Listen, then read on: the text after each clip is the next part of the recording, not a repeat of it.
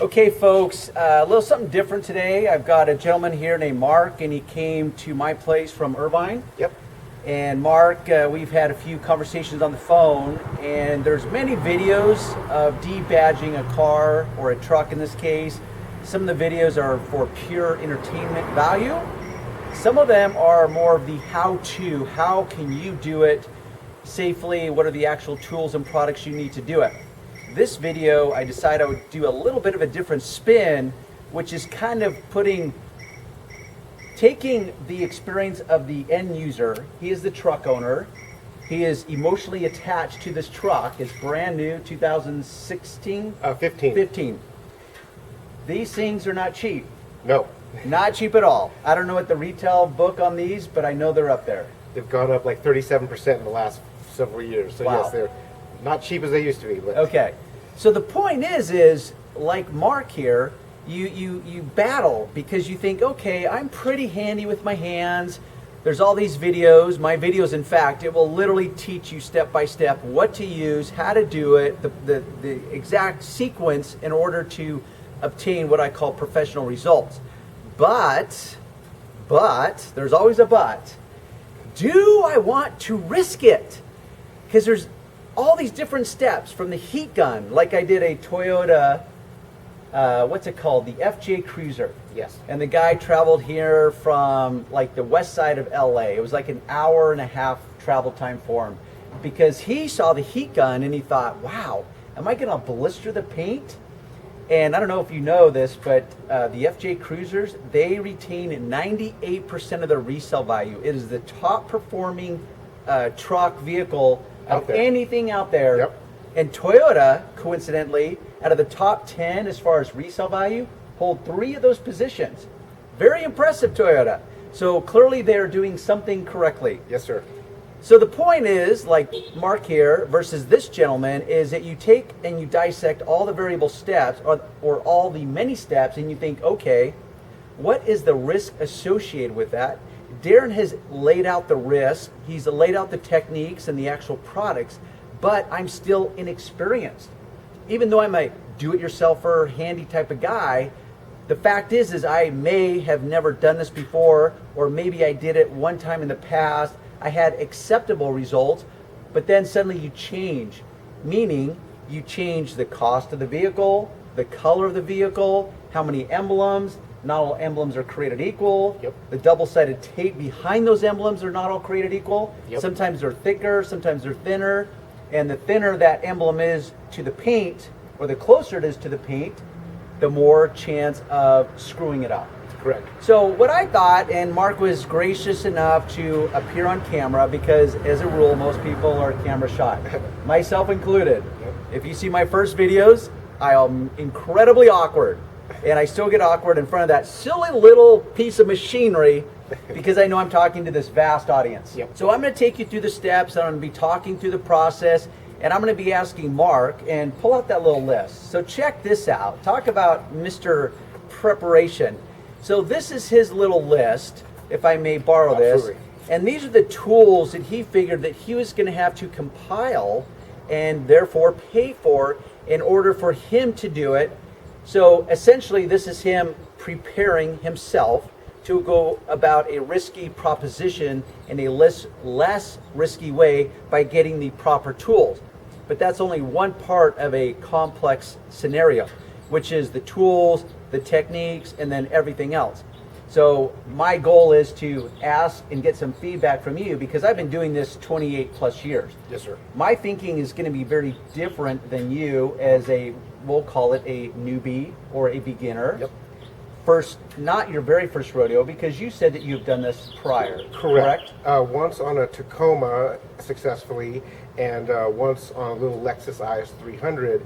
And even under those circumstances, and I've seen in your videos, getting the badging off, getting them off, that's the easy part. It's almost the cleanup afterwards that's the harder part. Right. And even when I took badges off myself, I still had a professional buff it out, wax it out, and clean it up so there wasn't any fogging or ghosting. Okay. But like you said, this is an expensive truck. I haven't even had it a full year yet. Right. And and I made my list, and like you say about risk management, I figured I'd make that investment, leave it to the professionals. I could just stand back and not sweat it out so much. Like, I'm sure I could have given it a decent try, but I know, like, no need for me to buy all that stuff just for a weekend project and then have it a one-time use only. Right. And correct. And that's the law of diminishing returns. We could actually apply many laws to this: risk management, pros and cons, laws of diminishing returns. So his investment into this is to buy all these tools: the 3M eraser tool, either the Goo Gone, or what I use, which is the rapid remover, which is not cheap. It is very expensive, but because it's so effective and it eliminates the marring that will be caused by excessive rubbing by inferior products, to me it's well worth the money to buy a very expensive product. You've got polish, which is a rule will be necessary, car soap, fishing line. There's always some interruption. And we've got Johnny Delivery Guy who's going to interrupt our moment. So this is the initial cost of entry to do this. It's a one-time only, and then you add all the stress that's associated with it, getting it right on a truck that's very expensive, and there's a certain healthy level of emotional attachment still with this truck. Right. So with that, I'm going to be asking Mark questions along the way and get his feedback to say, like, okay, in my world, this is the stressful part.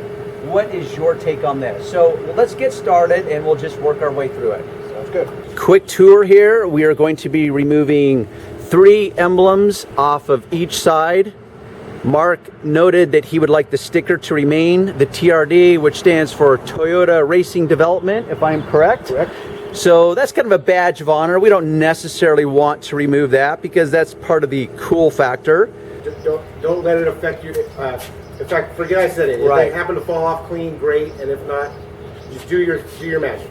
No, that's a valid point, and the good news with these, and just so you, audience, you know what Mark asked, is he asked if I can save the badges, save them for him. And these are very big badges, so it's easier to save them. So I will keep that in mind, and chances are I will be able to save them intact so Mark can do whatever he wants, hang them on his walls in his garage, whatever it may be. So the first step is to clean the area. This truck is already clean, but I want to remove any of the superficial dust. Now, any of these products you can find on my website if you go to bestautodetailingtips.com. And if you don't see any of the links, it's because you have an ad blocker on your browser. So you need to disable that so that my page shows up as was intended for it to show up. One of the things in the past from a previous customer was the fact of using a heat gun. Now this is a Milwaukee, it's a professional grade heat gun, which means that if I was careless, I could literally blister this paint. Obviously, that would not be a good thing. So you have to finesse it. What we're trying to do is essentially heat up the surface of this so that the heat goes through to the double-sided tape behind it. The thicker the emblem is, the more you'll have to finesse it. So if you were to flash heat this, you're only going to get the top. It's not going to have time to work the heat through and do the job that it needs to do, which is to start to loosen up that double-sided tape. So this is where you check, and this will heat up at a different rate than the paint itself. Now the critical factor is the paint. So this is what I'm checking for, is how hot this paint is getting. Now this gun, I don't know, I think it produces like 1200 degrees, which is seriously hot. And I just basically work it to enough to where I think that is now the heat is dissipating back into the adhesive itself, or the double-sided tape. All the while I'm checking the perimeter to see how hot that paint is getting. And it may not seem like it, but this heat gun, you know, it's about 12 inches away, but it's that hot that it is very effective. And the hotter this becomes, the more I can pull back on the heat gun and continue to check the surface of the paint to the point where I feel that I will now be able to slice through. And this is 20-pound test fishing line, which I actually got at Big Five Sporting. I don't have this on my, this is pretty much the only item I don't have on my website. And the problem with these big fat emblems is they have big fat double-sided tape under there, so it becomes more problematic in slicing through it.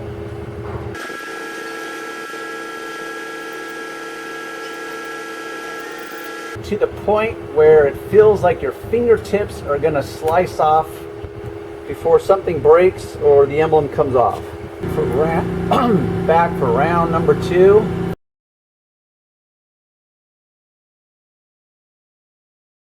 As you get to that edge, you'll notice that the emblem stayed intact.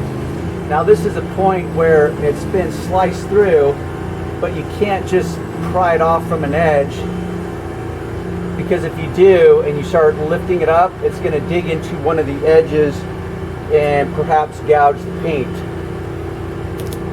So you may have to go back through it until the point where you have release.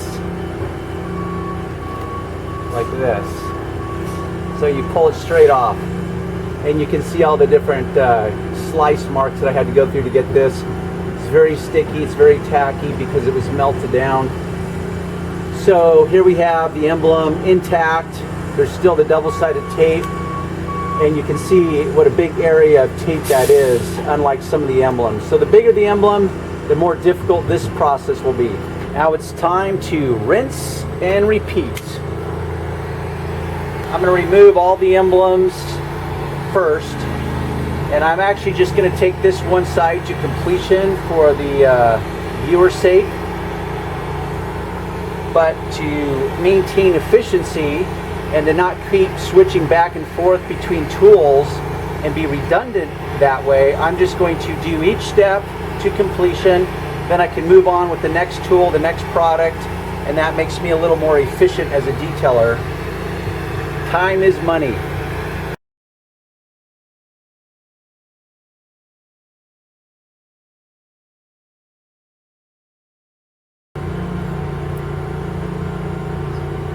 Now we have release, and notice that I'm pulling up from the edges, because if I pull up from the edges, this is going to naturally round this, and therefore it's not going to be an issue as far as gouging into the paint. But because I'm trying to save this emblem, I have to finesse it and watch out for the paint so I don't gouge it, and make sure I don't break the emblem at the same time.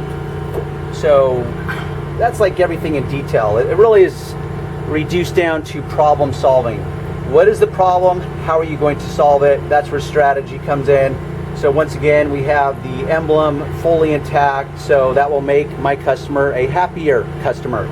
Happier customers are always better than unhappy customers. They're not going to be able to hear you from there because you've got a lot of background noise. But what part of this process were you most fearful about?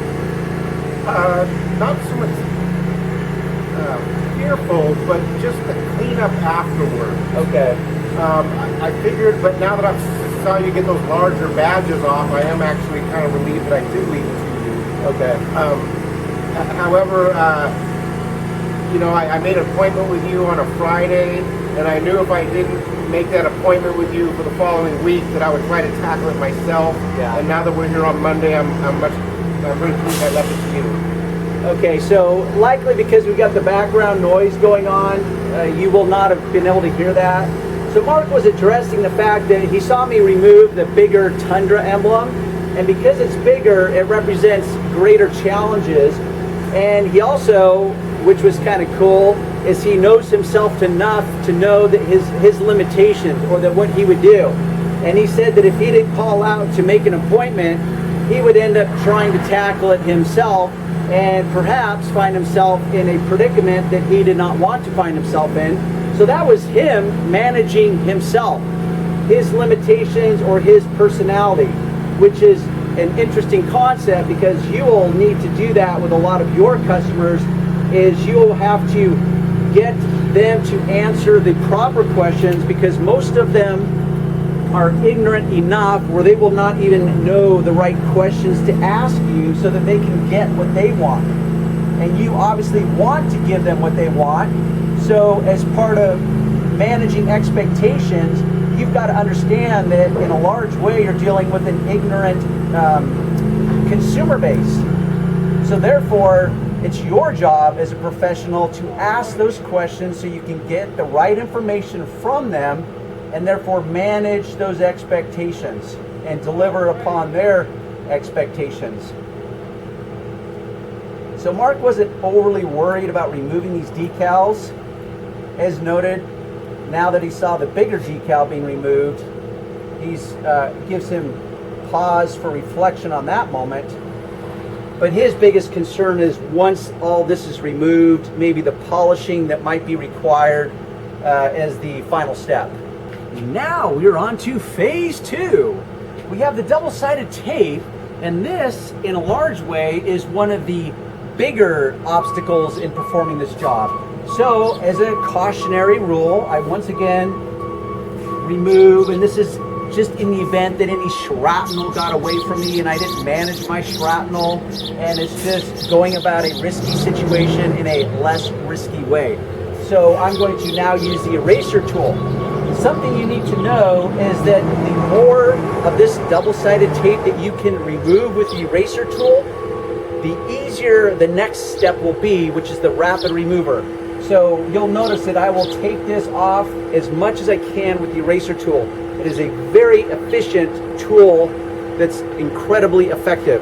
And I think this attachment runs about $35. And like I said, if you like what you're seeing so far, subscribe to my channel, but also go to the website. You can always find links under the Show More box, which is directly below each video. And you can purchase this 3M eraser tool if you want to take this challenge on for yourself. And I believe it's about $35 and some change. I've tried others. To me, this is the superior tool.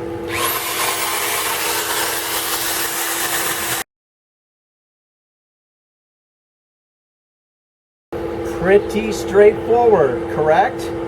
This defies all common sense, logic, and reason. How can you have a stiff, hard, rubberized disc that can create a lot of friction, it will heat up the paint, and yet it does no damage whatsoever? Literally, it will not abrade the paint. You take your clay bar, for all those that know what that is, or a decontamination cloth, mitt, sponge, whatever, that is softer, and that will actually abrade your paint. How this is able to do that without abrading the paint, once again, defies all normal logic. But it does. I keep testing it, I keep waiting. Someday I'm gonna have that moment, that awkward moment where it's like, oh my gosh, WTF, it's done some damage.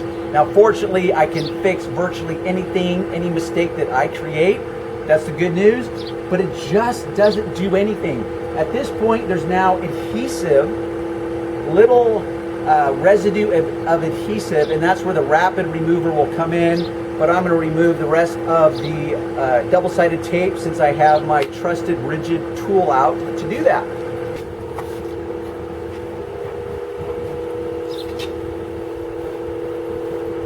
Additionally, what you're looking for on here is occasionally, like on the Suburbans, the Chevys, the Silverados, where they have the long chrome rub rail or accent, whatever you want to call it. And as you peel that up, it will start to chip and crack. Now, that did not happen to any of these emblems. In the event that that happens, that's where you could actually get metal shards or plastic chrome-plated metal shards in this adhesive, and that could represent a problem.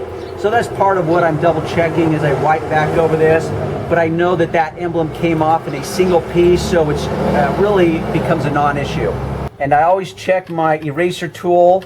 Even though this is a stiff, hard type of rubberized material, it would be incredibly difficult for this to pick up debris and transfer it onto the paint. But I still check. Practice safe debadging.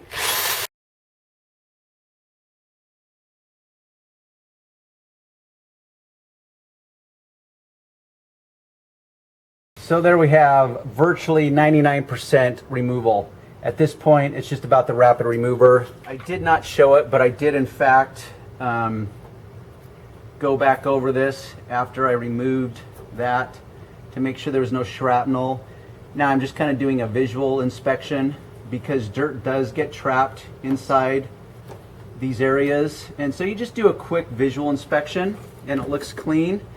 Also, I'm using my Rack Attack rolling creeper, which really saves the back, the knees, go down the list.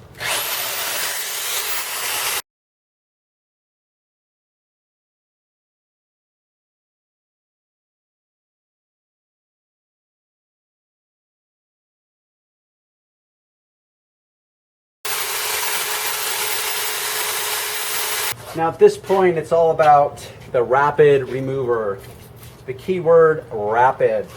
So why this chemical is so superior, in my opinion, is that if you just spray it, and it's safe for virtually any type of material. Virtually. Okay. Once again, there's rules, and then there's exceptions to the rule. So the rule is that you always read the manufacturer's label. That's the starting point. So once you learn the rules, then you can learn to break the rules. So if you allow this to what's called dwell time, meaning it sits there and it starts saturating, and essentially it's a chemical reaction. We could reduce it down to chemistry, and it dissolves that adhesive. So if you are patient and you just allow it to do the work, kind of like that eraser tool. I'm not like grinding into it and putting all my weight into it. Because if I just allow the tool to do what it's intended to do, then it will make my life easier and I will avoid making mistakes. So, rapid remover, all it requires is a little dwell time and bam, this is virtually flawless. It has not changed the texture of the paint one iota, completely intact, no abrasions, no marring, no nothing.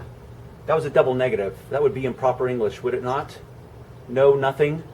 It would be no anything or not anything. Uh-oh, the word police just entered the room. So now I'm going to apply it down here, do the same thing where the Tundra was, spray it, allow it to dwell. Should I be wearing gloves? Well, they're your hands. You'll likely figure that out. This is actually an organic, and I know that's a grossly overused term in today's world of health and fitness and pretty much any industry. It's like, oh, organic. Is it certified organic? Well, whatever. The point is it's a natural base. It's not made out of a bunch of synthetic chemicals like acetone or lacquer thin or anything like that. So, and also what's cool is this is completely water soluble. Unlike the other solvent-based tar and adhesive removers, this is water soluble. So I could come here with some water and literally hose this off and it would be gone. That's also another benefit. Now I know if I was to soak my hands in this chemical, even though it's natural based, it would start to wilt my hands up, kind of like water will eventually. And the last area here, now I'm using it in direct sunlight, which means that this paint has been soaking up the ultraviolet rays from the sun. Therefore, it's heating up the surface, which means now, as I've said in many, many videos, is you simply respond to the information that is being fed to you. The information that's being fed to me right now is that it's hot paint. It means this will tend to dry quicker than on cooler paint. See how that works? And for all you that are kind of, you know, what would be the word? Tight asses, pucker butts, whatever, that get offended easily by sarcasm and my kind of distorted sense of humor, then likely this is not the channel for you. I'll let you figure that out. So I still got a little bit of residue here. And what I'm doing, and one of the reasons I don't wear gloves, is so that I can really feel the nuances of the surface. If I had gloves on, it would insulate the ability to feel all the endless nuances. So I'm feeling literally, as I'm helping it work its way into the adhesive, is I'm also feeling to see if there's any trace amounts of adhesive left over. So that's the added benefit of going sans glove or sans protection. So there's a little tiny bit here. And fingernails, despite public opinion on the forums, make an incredibly useful tool when it comes to paint.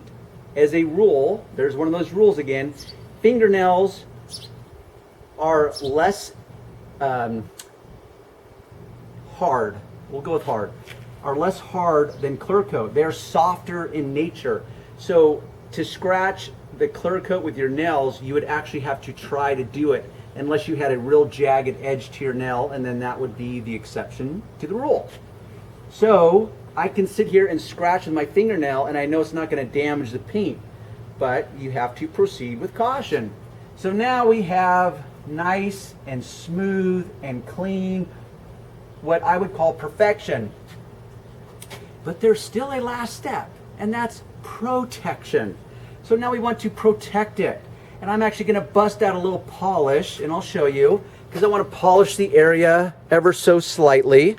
What I have here, product endorsement time, is Meguiar's Scratch X 2.0. Check that out, 2.0. Suddenly they've gone all techny on us, like 2.0. I guess next year will be 3.0, whatever that means. Point is this says it will remove fine scratch and blemish remover. Well, I know that there's literally no abrasives to this. So under the true definition of polishing through abrasives, this is not what's happening. It's a chemical polishing. Because this material or this surface is so perfect in its state, I don't really need to do much. So I'm going to bust this out. You can find this on my website too if you would like. And I'm going to lightly polish the area. I'm not going to kill the area. I just want to polish the area. And in fact, it's so clean now, I'm having to think where these emblems actually were.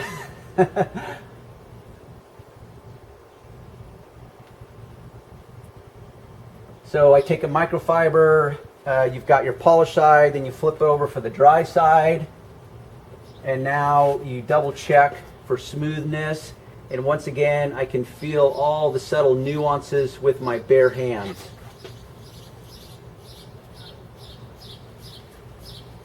Now, something to note, and this is a discussion I generally have with my customers, is I can only control certain things. What I cannot control is what happened at the factory. So for example, there is the subtlest of blems right here on the paint. And I know for certain that that was there prior to me touching this truck.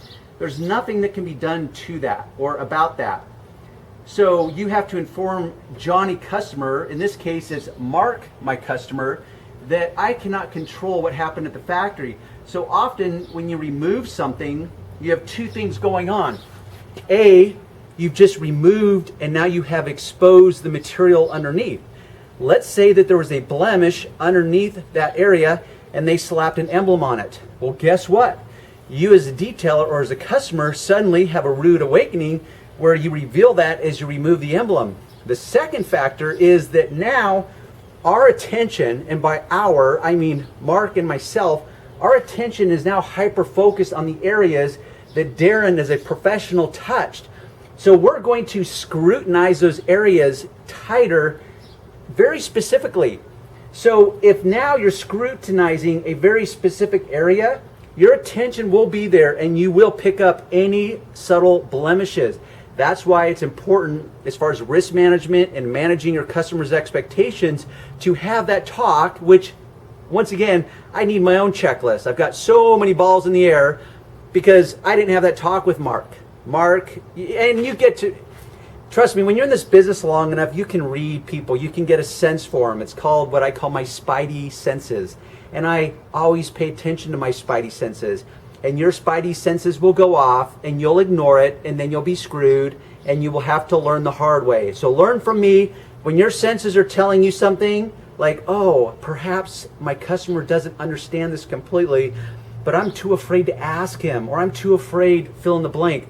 Well, guess what? You know what's even worse than that fear is the disappointment that you may get when something like that reveals itself, and now you have this awkward conversation or moment with the customer. So you do the math. You tell me what's more fearful to you.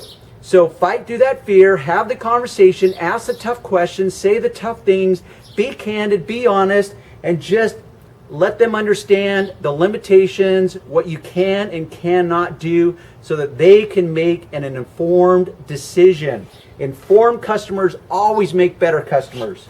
And because the Scratch X 2.0 has no abrasives to it, I'm not going to create a circular pattern that I know many of you have created in your car when you've tried to perhaps take some rubbing compound and rub off some bird poo or whatever, and then lo and behold, a day later you're like, WTF, what's with that circular pattern? Well, you did it. Why? Because you picked an abrasive that actually has abrasives in it, and that's the trade-off, is your ignorance then led you down the road and you did not understand what was happening.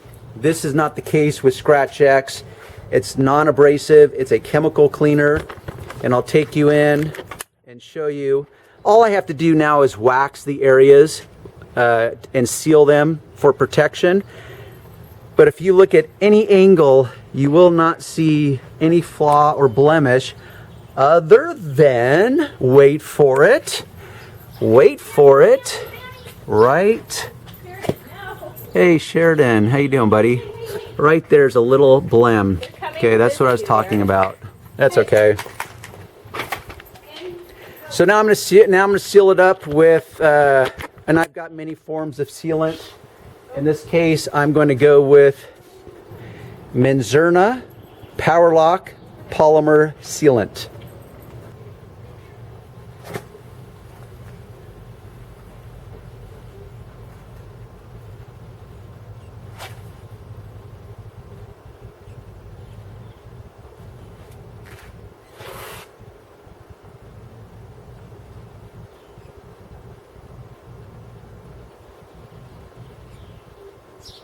Yeah, silky smooth. So Mark, you want to come check out this side, and if you have any things you want to add to the viewer audience, you can add as you look and inspect. Does that eraser tool not just kind of freak you out? It's incredible. I mean, to this day, it's still, like I say, it defies logic. It just doesn't make sense, but yet it works. It's incredible. The whole time I was watching you do this, I was just really pleased that I didn't take it on myself. Yeah. And I know you said something, but my eye is... You can't pick it up, huh? Going to anything. Yeah. And, I had watched, to be an informed consumer, I was watching some of your videos, and so I knew what to expect, and I knew that there were risks and so forth, but like I said, I was sitting over there, and I can't see any discoloration or any blemishes. So yeah. I couldn't be happier. And like I said, I'm glad I didn't tackle this myself. I got to enjoy my weekend and not destroy my truck in the process. Right on. There's a win-win, and I win too because I get business. So I'm always shooting for that win-win, folks. My hope is that you guys learn a little extra along the way, kind of a unique spin to it, where I can interact with the customer. And something that I didn't capture on film is at the very end, and while I was working, because I'm actually going to use this moment to create 2 videos. And this is part of my marketing strategy. Many of you detailers, you ask, Darren, what is a marketing strategy?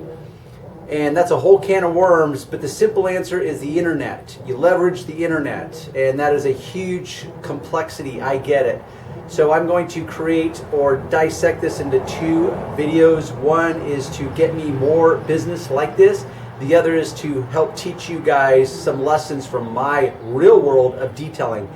Yes, not only do I teach, because there is that saying, those that can do, those that can teach. Now, like one of my rules, there's always exceptions to the rule. So if you're a teacher, that's not an invitation for you to get all butthurt. You apply it accordingly. So it doesn't mean every teacher can't do, it's just that it does signify something. So I literally live this world, and I'm trying to teach you guys stuff that I have learned along the way, that I continue to learn, so that you can avoid the mistakes that I have had to suffer through and endure. And that's my goal. And hopefully you learn some added nuggets of wisdom along the way. But an added point is my customer, and this is for any of you out there toying with the idea, gee, can I do this on my own? So what Mark expressed was the fact that now he decided he understood his limitations and he was not going to do it. Now he got to enjoy his entire weekend stress-free and not worrying about doing his truck, because he found me, made an appointment, we had a discussion, he had confidence in me, and he knew that he had found a professional, an expert, and that's all he had to think about. A week later he shows up, he gets it done, and while he's watching, now he's sitting there stress-free, relaxing, watching me do the task that he was considering taking on himself, that would be full of all kinds of stress, mental, emotional stress, as he's doing it step by step, thinking, oh, is this going to be the moment where I screw up my, I don't know, $30,000, $40,000, $50,000 truck? I really don't know what those trucks cost. In fact, if you are a Tundra owner, perhaps you can enlighten us as to what those trucks fully loaded costs, because that truck was sweet. And I really don't know what they cost. Anyhow, so if you like this types of information in these videos, make sure to subscribe. I'm going to keep producing them as often as I can. And the unique value proposition I have for you guys is that I literally take my world where I have to compete with my competition. I've got to manage expectations of my own customers. I've got to deal with real life customers that can become really unreasonable, really neurotic, and I've got to deal with them daily. And so I can take my world, make it part of your world, so that you can learn firsthand from my experiences. So we'll see you on the next video.